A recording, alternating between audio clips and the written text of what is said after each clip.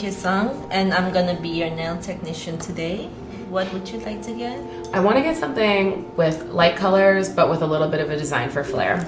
Hi Rina, I'm Victoria. I'm gonna be your nail technician today. Perfect. What are you getting? I want to get something that's just like your nails, which look amazing.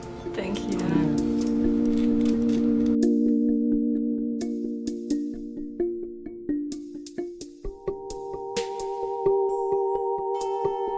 What's going on in your life right now? Today is Wednesday. Today is Wednesday. Wednesday's my therapy day. Yes. So I'm cheating because normally on Wednesdays I'll do therapy and then do something for myself. Right.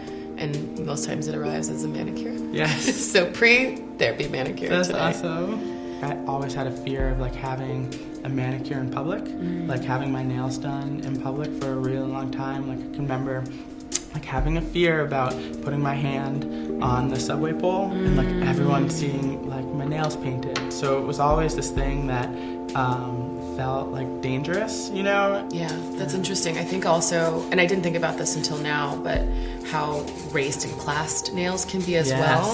Exactly. And so when I was in middle school, I would always do acrylics, like big acrylics. Yes. And then when I went to boarding school for high school, and so I was in like super 1%er white America. Yeah. And I remember one dinner I was with friends, and under the table I ripped my nails off because I was so embarrassed that I had these like hood girl nails. Yes, exactly. It's so touching. Like I can really relate to that. Like the shame and the fear of like being publicly black or like publicly poor. You know, black and poor. And I think it's also a part of queerness too. That's right. Because I started wearing my nails short and they were like, oh shit. We know what it is. They're like, don't you want? I was like, no. It's a work hazard. Oh my god, I love it. Oh, that's so amazing. Yeah. I think it's also interesting too how spaces for care or self-care are gendered as well, where it's like you walk into a salon and everything's pink and you're like, fuck this. Why does this have to be reserved? Yeah, exactly. Or like, it's interesting when you like don't think about how everything you do is gendered. Well, gender's there too. You like look under the couch, you're like, gender's there too. Open up the cabinet, oh, gender's right there. But yes, so I always thought about it as this moment of really claiming an adult identity. Right.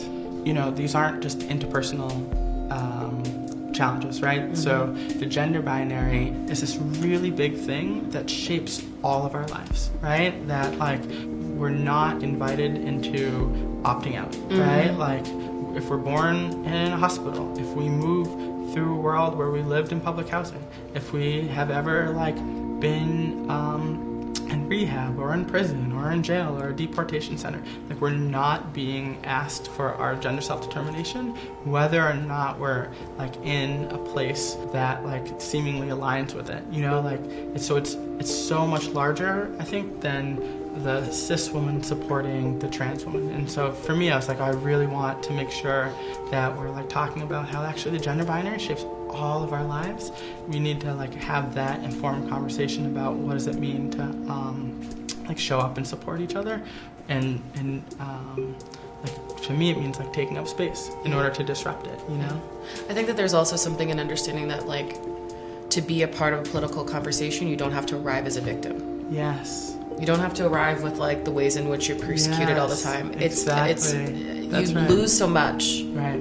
I mean, I think about the people that have had a huge impact on me.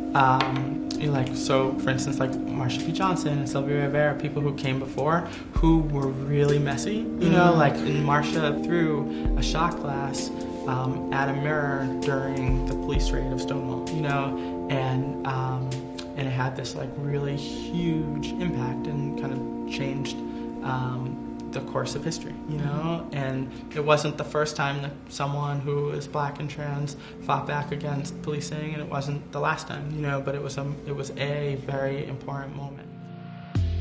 I was on the road and scrolling through Instagram, saw the selfie. You were in California, I was right? in California and read the caption, and I was just like, this is the most brilliant, vulnerable, articulate way of expressing exactly where you are in a moment. Thank you. And I felt like in some ways I wanted to just trust that that was what you wanted to be out, and like not to impose you to like have to explain it, because I felt like it was very plain and present. This is also the first time I've talked about it on camera, you know, so I'm like feeling really emotional right now.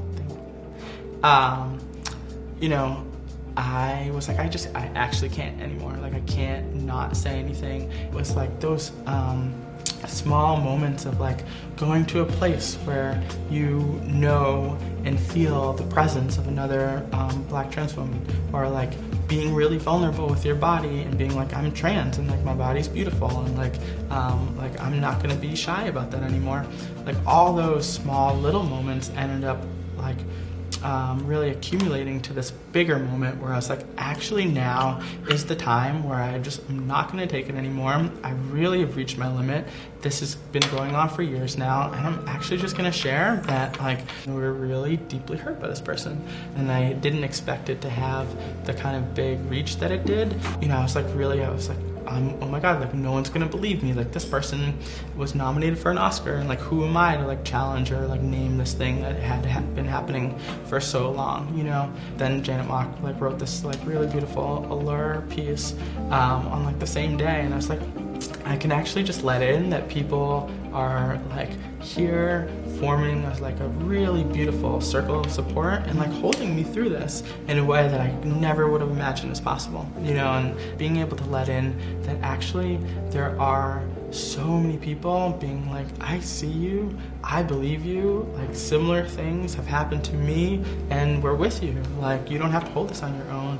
That to me really, that changed my life. And for me, as a cis-identified woman, and acknowledging, or like there's so many ways in which I could name myself in the way that I navigate the world, but I don't find any of them interesting right now. But thinking about, for someone like yourself, or thinking about my other trans sisters who are taking it upon themselves to be activists, I think that a lot about the burden of that too, where it's like, what if you just want to like get your nails done? What if you, but also it's like nails are loaded, or like all these things that we do are loaded, and how taking a call to show up in the way that you do, taking the call to be well researched and articulate and messy, all in the same kind of gesture and in the same powerful moments. That for me is what's most important, because like, I don't know, it's weird. My life is weird, and one that like I never expected anybody to care about what I was doing. I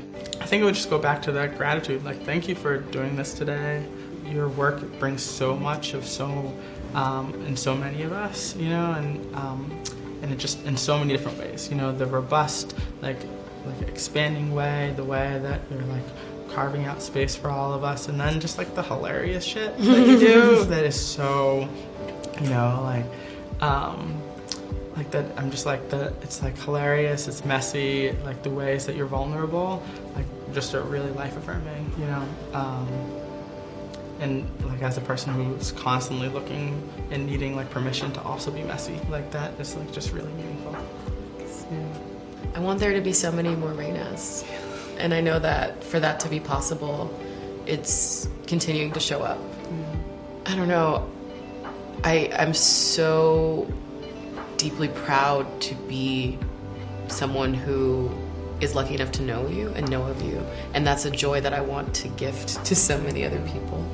And also, there's something in the gesture and the way that you arrive in space, and the ways in which you talk, and the ways in which you articulate yourself, that it makes me want to like inflate myself more too, where it's like in all the ways that I have personally been able to become more messy, but also like there's a rigor that you bring to your work that like cannot be understated. And if any way that like in our friendship that I can continue to be a mirror and show you like, damn, that shit is fucking gorgeous, and thank you for doing that, I'm deeply indebted and committed to doing. And I'm a crier. I'm like a big crier. I haven't cried yet. Ditto.